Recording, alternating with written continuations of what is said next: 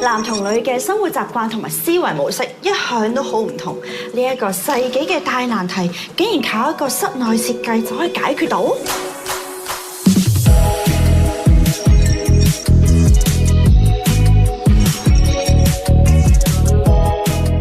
我記得你講過咧，呢一度嘅戶主咧係一對年輕嘅夫婦嚟㗎嘛，佢哋應該係有唔同嘅需要嘛，但係我就咁乍眼望落去咧，成個風格咧係好統一㗎喎。佢哋本身有咩要求㗎？咁個男戶主咧，基本上就要啲型格啲嘅效果啦。個女戶主基本上咧，佢最熱愛嘅係一隻貓仔啦。咁另外咧，就佢中意一啲時尚啲嘅和暖風。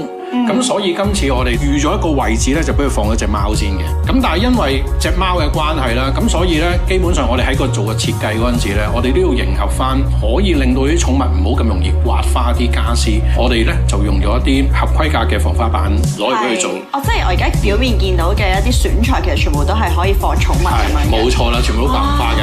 冇錯，我覺得貓一定係行先嘅，即係有養貓嘅人覺得。係啦，因為發展商佢本身咧提供俾我哋嘅櫥櫃咧係一啲比較暖色嘅膠板面啦。咁我哋趁住呢一樣嘢咧，我哋用翻杏色啦，同埋啲暖白色，去到製造翻個和暖風。另外咧，我哋就用翻少少嘅原位啦，再加少少梳枝。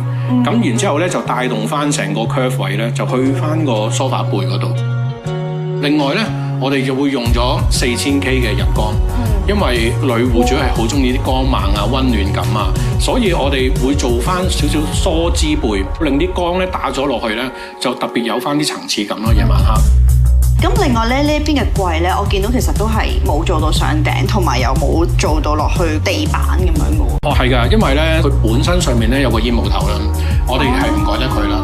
係啦，咁第二樣嘢咧就係基本上我哋做 design 咧，我哋成日講緊啲點線面咧，我哋會跟翻門口 existing 個高度嘅包 head 高度咧，拉翻條線咧，追翻通成個客飯廳，咁樣望落去先至舒服。而家暫時我咁樣睇咧，都係一個好和暖嘅感覺。我知道咧，其實男戶主有一個小天地嘅，即刻去睇下有幾咁型格先。好，我帶你過去睇睇先。哇！真係有好多 figure 喎，同埋我哋有留意到咧，呢一度嘅用色咧，其實係深色少少嘅，即係比起出邊嘅話。呢個就係個對比啦。呢間房咧，個男戶主咧就比較中意型格。咁但係咧，其實如果細心啲睇咧，個背面嗰個 backdrop 咧，我哋用咗啲好素色嘅淺色效果。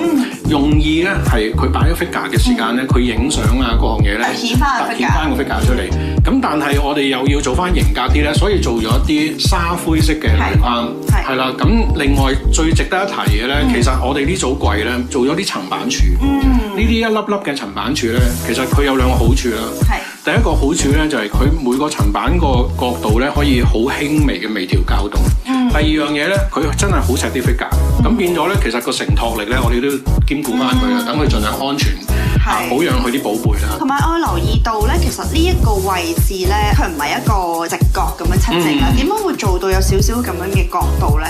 如果做一啲 corner 櫃咧，要攞 figure 啊嗰樣嘢，可能冇咁容易啊。咁所以今次我哋個45度個櫃咧，行埋嚟咧，好容易就攞得晒佢所有 figure， 同埋都係可以校到角度嘅。同埋咧，我見到咧呢一個 view 咧，其實好正，因為有張工作台啦，可以望住個 view，又望住啲 figure 咁樣去做嘢。呢一度係用咗個自然嘅採光啦。係啱啊，清清地嘅效果，用翻啲深木色型格少少嘅木紋啦。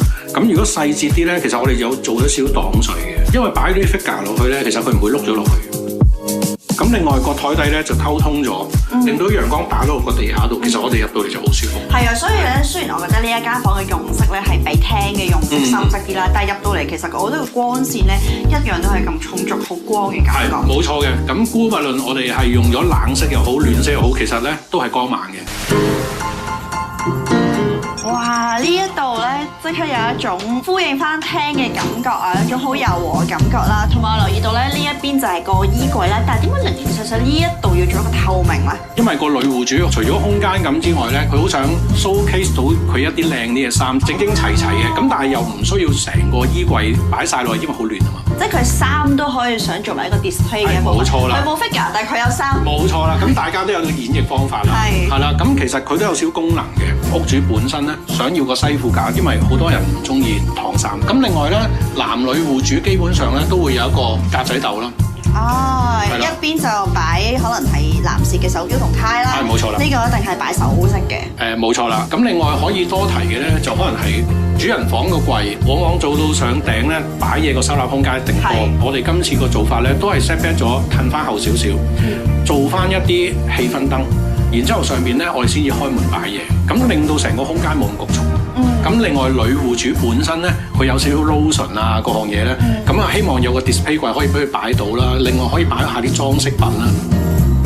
阿 Keith，我覺得你今日呢個設計咧看似好簡單咁，但係其實咧係要滿足晒男戶主同女戶主完全唔同嘅需求，仲有一隻貓貓嘅需求，簡直係要滿足咗一家三口啊！所以我覺得咧，婚姻要和睦嘅必勝之道咧，就係揾你啦。好多謝你，係啊。希望下次有機會幫你。